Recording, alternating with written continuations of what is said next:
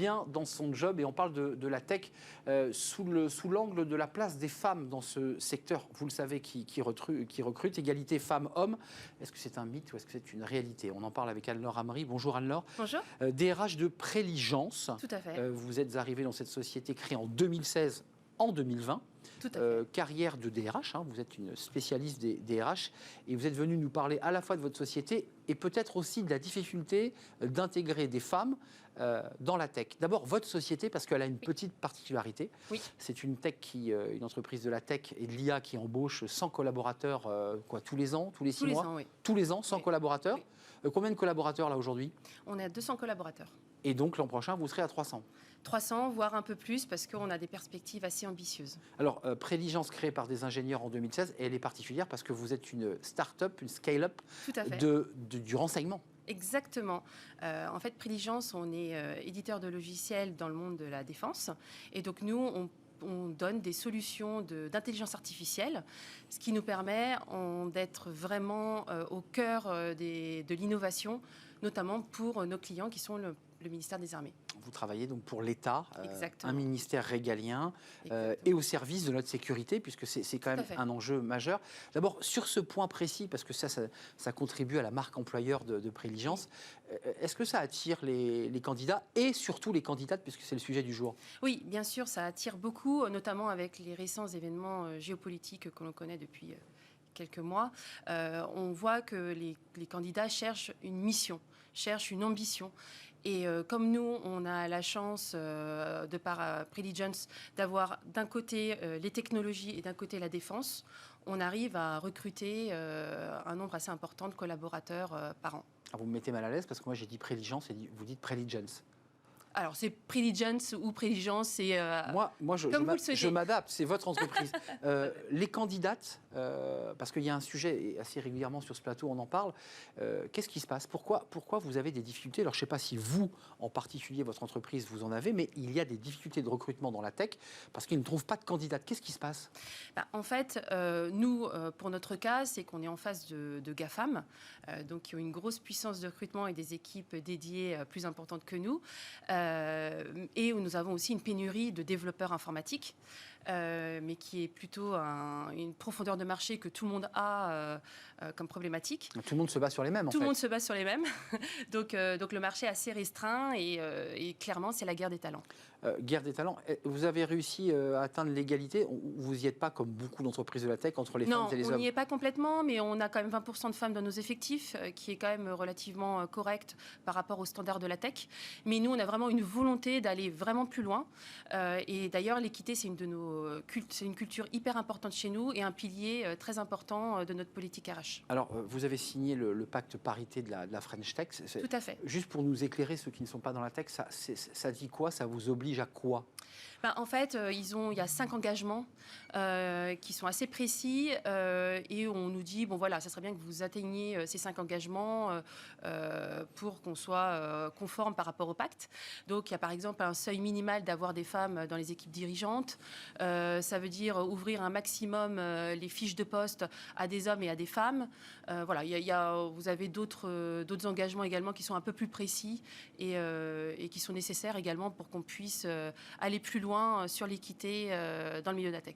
Et puis, il y a quand même tous les enjeux, alors qui dépassent évidemment l'entreprise de la tech, mais il y a quand même des efforts de fait sur le congé second parent, sur la manière dont vous accompagnez vos collaborateurs. J'imagine qu'ils contribuent, à défaut d'en recruter, de les garder en entreprise, parce qu'il y a beaucoup, on le sait, de turnover dans ces entreprises. Oui, tout à fait. Un de nos axes majeurs de notre politique RH, c'est la fidélisation, bien évidemment. Et donc, pour ça, on a mis en place un congé second parent. Alors nous, par rapport au pacte qui a été mis en place en 2021, on avait déjà commencé en 2020 à le mettre en place. Et donc, chez nous, le congé second parent est égal au congé maternité post-naissance. Ça, c'est un élément très important. Tout à fait, avec un maintien de la rémunération à 100%. Revenons quand même à votre métier de DRH. Ça consiste en quoi, être DRH dans une start-up scale-up qui recrute beaucoup et qui peine à recruter? Comment ça marche? Comment vous faites? Parce qu'on voit bien qu'il y a une pénurie. Comment vous allez directement aux écoles, vous faites des conférences, vous leur dites venez chez nous. Comment vous faites? On fait des conférences, on fait beaucoup de marques employeurs. Donc ça veut dire nos dirigeants vont aussi à des conférences plus dans le domaine de l'intelligence artificielle. On essaye de trouver des collaborations avec des entreprises externes pour nous aider à recruter encore plus, où ils ont des expertises sur le recrutement. Donc voilà, donc on essaye d'avoir plusieurs idées et plusieurs modèles pour recruter vite et bien. Bien dans son job, c'est combien de postes ouverts là aujourd'hui chez vous, Préligence? Il y a combien de postes? C'est quoi les postes que vous recherchez? Parce qu'on imagine bien, Oui. il y a des développeurs, il y a des ingénieurs. Qu'est-ce que vous cherchez? Alors nous, on a 120 postes ouverts. Et, là, au moment où on se parle. Hein. Là, on vient d'ouvrir les 120 postes. Et donc, nous recrutons principalement des développeurs et des data scientists pour renforcer notre équipe d'intelligence artificielle. Ça veut dire que les besoins en matière de data et d'IA, j'allais dire, sont presque infinis. Je pense notamment au ministère de la Défense, qui va avoir besoin de cartographier, d'anticiper, parce que c'est ça l'enjeu. Hein. Exactement, parce que nous sommes aussi en train de nous développer à l'international. Donc nous avons 5 filiales et donc on a de plus en plus de nouveaux clients. Donc là, il faut vraiment qu'on se renforce pour qu'on consolide notre position de leader européen dans le monde de l'IA. Juste d'un mot, parce que vous êtes la DRH et pas la responsable et la fondatrice, mais il y a un rapport de souveraineté par rapport à ce type d'entreprise. Tout à fait. On doit vous observer de près quand vous partez de monter une filiale dans un pays. Je pense que ça vous engage aussi de travailler pour le ministère de la Défense. Oui, tout à fait. On se fait accompagner. On a des gens qui sont dédiés et qui accompagnent nos fondateurs pour pouvoir s'implanter dans des pays à l'international. Une dernière question. On voit cette volonté d'équité. Vous êtes engagé sur ce chemin de l'équité. Vous n'y êtes pas encore, on vient de l'entendre. Quels sont les éléments, les armes que vous donnez pour l'atteindre? C'est quoi votre stratégie? Parce que j'imagine que ce sujet, vous l'avez assez régulièrement en COMEX et avec les dirigeants de l'entreprise. Oui, qu'est-ce que vous mettez en place concrètement? Concrètement, nous, on a mis en place des grilles salariales qui permettent vraiment de suivre l'évolution du collaborateur et qu'il n'y ait pas de différence entre le salaire entre un homme et une femme, par exemple. On va mettre en place un audit où on va demander aux collaborateurs de s'exprimer sur l'équité pour vraiment être au plus près des besoins de nos équipes. Et derrière, ça va nous sortir un plan d'action que l'on suivra avec le CODIR. Donc 120 postes ouverts chez vous, chez Préligence, puisque je me mets à votre formule, sur tous les postes, et avec l'idée quand même dans vos fiches de poste de préciser bienvenue aux femmes. Comment vous faites? Parce qu'après tout, la tech, c'est quand même plutôt les hommes qui aujourd'hui postulent. C'est le cas, non? J'imagine que vous avez plus de postulants hommes que de femmes. Alors, nous, effectivement, on a... Comment on fait pour leur dire venez? Alors, nous, l'avantage, c'est que comme on est une scale-up, les gens quand même postulent assez facilement. On a aussi un milieu avec les data scientists où il y a quand même beaucoup de femmes. C'est dans les milieux, dans le secteur des développeurs où là, c'est un peu plus difficile. Et c'est la raison pour laquelle on va essayer de travailler un peu plus avec les écoles. Il y a beaucoup d'écoles qui ont pignon sur rue et qui essayent de recruter de plus en plus de femmes. Donc, nous, on va essayer d'aller les aider et de leur proposer notre aide pour qu'on puisse faire des partenariats et de recruter de plus en plus de femmes.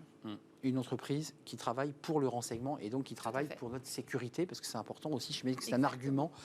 C'est notre mission et c'est ce qui est hyper important pour nous. Data scientist, pour ma culture générale et puis pour ceux qui nous regardent, c'est quoi ce métier exactement? Qu'est-ce qu'on fait? Data scientist, ils vont analyser un volume, on reçoit des millions d'images satellites et eux, ils vont entraîner les algorithmes à détecter les objets sur les images satellites. Donc c'est un travail... très important. Que ça soit l'Afrique ou que ça soit l'Ukraine, à l'Est, j'imagine qu'on a aujourd'hui beaucoup d'images satellites à traiter et évidemment à redonner ensuite au ministère des Armées pour affûter ou affiner la stratégie. De manière globale, effectivement, nous, on traite tous les pays du monde. Donc, effectivement, on a de nombreuses données non structurées à traiter pour les rendre structurées pour les analyses de renseignement. Avec un tampon secret défense, j'imagine, pour ceux qui traitent ce genre d'informations, parce que c'est extrêmement sensible. Oui, effectivement, on a quand même des obligations sur ce... De confidentialité à minima. Tout à fait. Merci Anne-Laure Amri d'être venue nous rendre visite.